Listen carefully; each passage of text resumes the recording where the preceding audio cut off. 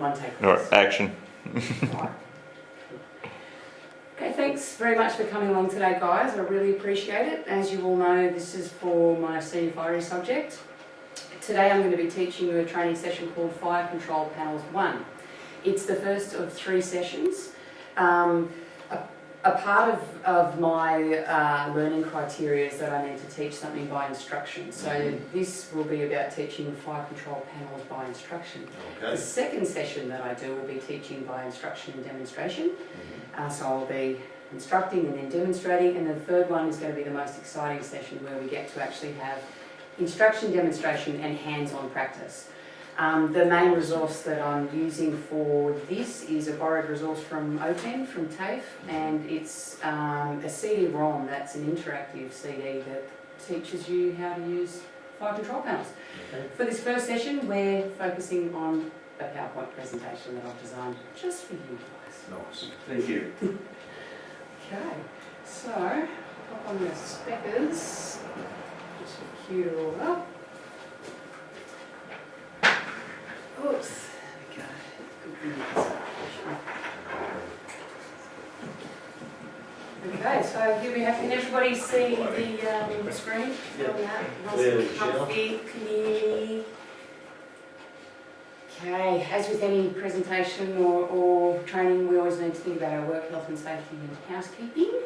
So, are we all comfortable? We're all seated in our ergonomic chairs, as we saw from that panning shot. We have good lighting and comfort. It's only a 15-minute session, so you should be alright with all that sort of stuff. Our typical electrical hazards awareness, we've got electrical equipment, so no wet hands, nice clean dry hands. Everything's been tagged and tested as per brigade policy. Another thing we need to be familiar of, which is funny as firefighters, but our escape plan. Are we all aware of where the fire exits are, the evacuation plans? I think all we those are. kind of things? Yeah. Very good. Use it. Because this is an operational crew at a fire station, if we do get a fire call, we're just going to shut this down and then revisit it later. Yes. Okay, all good? Yeah. Sweet. Okay, our training session objectives for today is to learn the basic features and functions of a fire control panel and to gain increased confidence in the use of fire control panels. I've actually used the word fire control boards a little bit because fire indicator panels gets a bit confusing, so that's where it is. Right. It's also to increase our effectiveness as a team by responding efficiently to our station officer's directive to staff the panel if required. So the overview for this session is we're going to be looking at the elements of a control board, fire control board. We're going to be looking at the very basic workings of a fire indicator panel and its features and functions. We're going to be looking at the features and functions of the emergency warning intercommunication system, more commonly known as the EWIS. We're going to learn how to use the red web phone. We're going to look at the fire fan control features and functions. And we'll also run through a quick summary.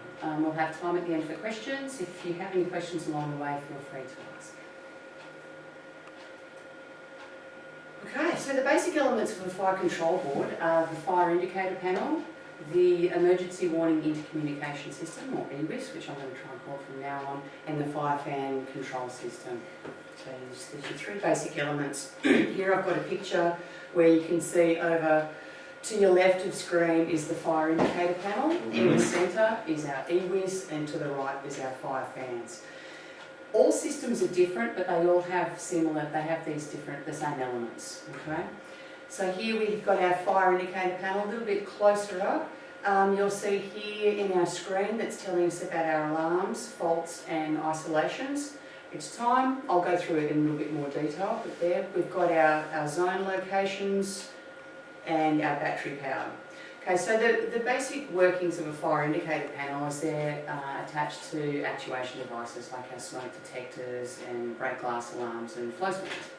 When they're triggered, they get sent to the alarm zone facility, which gets sent onto a master alarm facility, and then it ends up back at the panel. There's a lot more to it. We don't need to know a great deal, except that there can be faults anywhere along the way with it. Your fire indicator panel have got main features. They've got, as we saw before, a range of zones with the different areas in it, indications for each zone in fault, alarm or isolation status.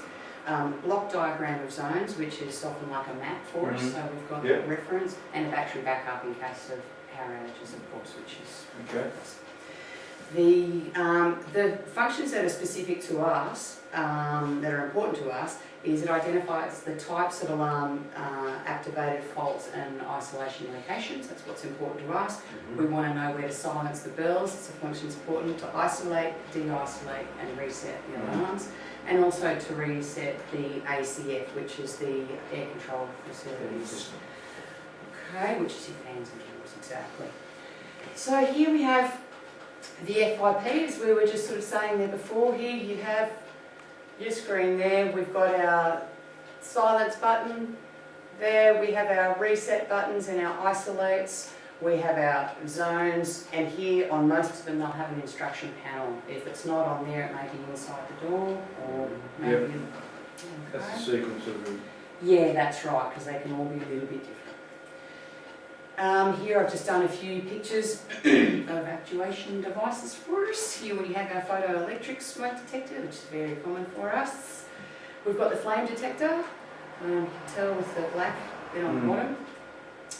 The thermal and heat detector. With the thermal and heat detectors, they'll have a coloured dot on them, which explains the temperature activation for us. I don't have that information for you right now, but those coloured dots mean something. We've got your break glass alarm, which is also called the manual call point. Sometimes it might be an MCP or BGA when you look at the alarm. Yep. Here we've got a picture of our EWIS, the Emergency Warning Intercommunication System. When you just have a quick glance at this, on the left-hand side you'll see evacuation system, and on the right-hand side you'll see the fire phone system. So basically it's split up into two different parts. I'll go into it in a tick. So the EWIS features has got the red phone for communication. It's got your zone staffing and evacuation logging facilities. It's got a public address system. It'll have facilities to control or cancel evacuations, and also the EWIS full system reset. Okay. So your EWIS function serves two purposes, basically as your emergency warning system, the EWS, and also as your emergency intercommunication system, which I talked about before, your two sides. It's just to break it down, so that, because it looks quite full on when you first look at it. See, you can see here we've got the evacuation side. Here you've got alert and evacuate over this side. Alert and the alarms, and then over this side is to do... Oh, here we go, sorry. So the emergency warning systems provide alert and evacuation tones throughout the building to notify the occupants, so they can have a safe, early and safe egress and controlled egress. When I go over to the other side is when we get to the fire phone system, where we see the red whip phone. These buttons up here correspond to the person that's calling. Shortly I'm going to go through as to the procedures of using the red whip phone. What we also have too here, which I'll explain a little bit later, is the only other function here is our key control, whether it's the auto, manual and isolate. Depending upon the functions that we need to do will depend upon where we put the key.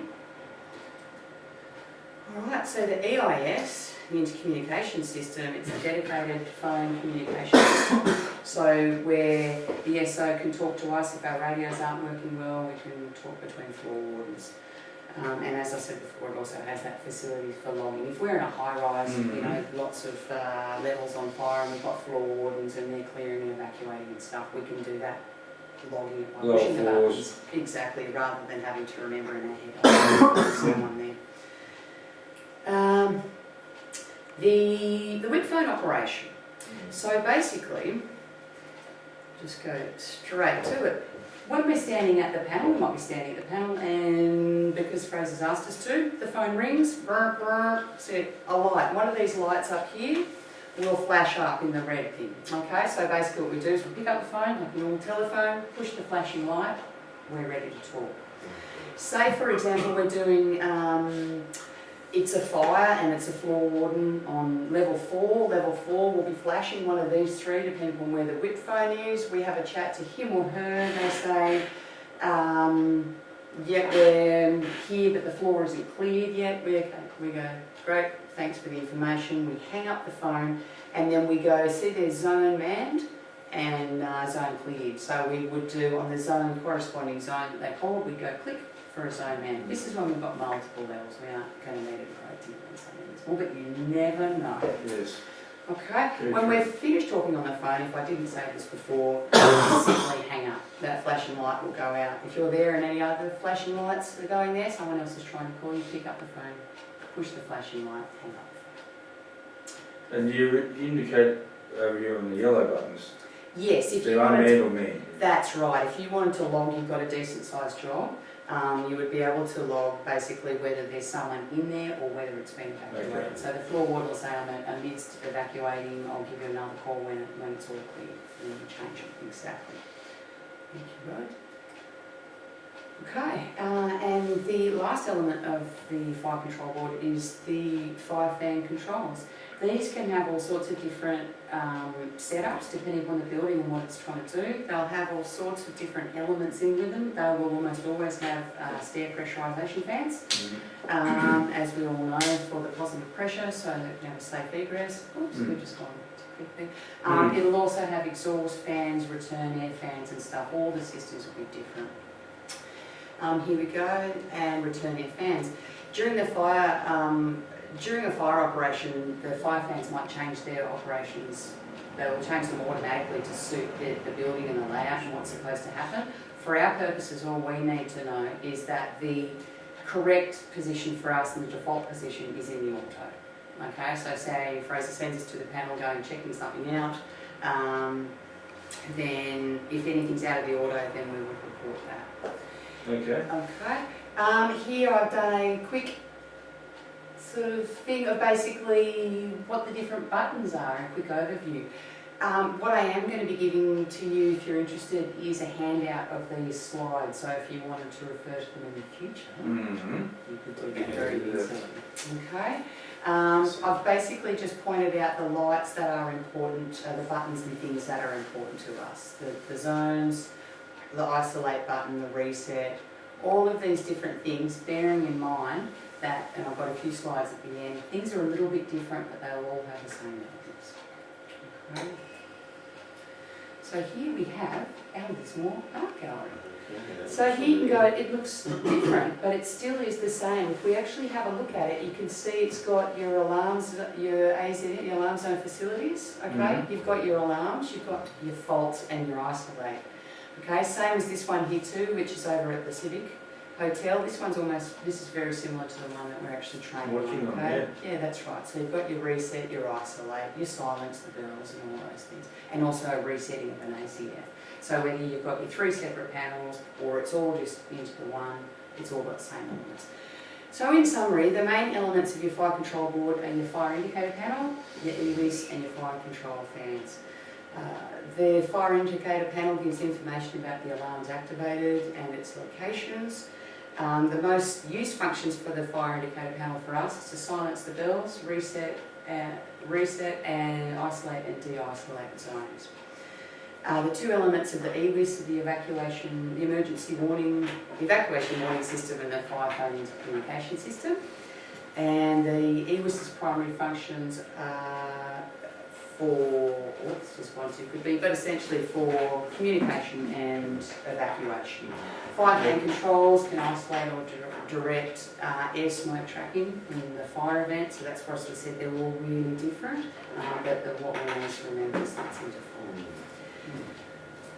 I hope I haven't gone through too quickly there. So have you got any questions? I don't think so.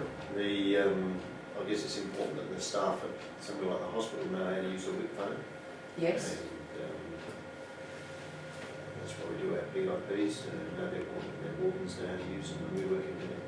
So, Yes. Yeah, very good point. Yeah, that's right. Because everybody has to know how to do it for it to work. For it to work, everyone Yeah. needs to be aware of how the system operates. Yes. Yeah. Yeah, thank you. It's very good. Thank you. All good? Thanks, guys. I really appreciate it. Excellent.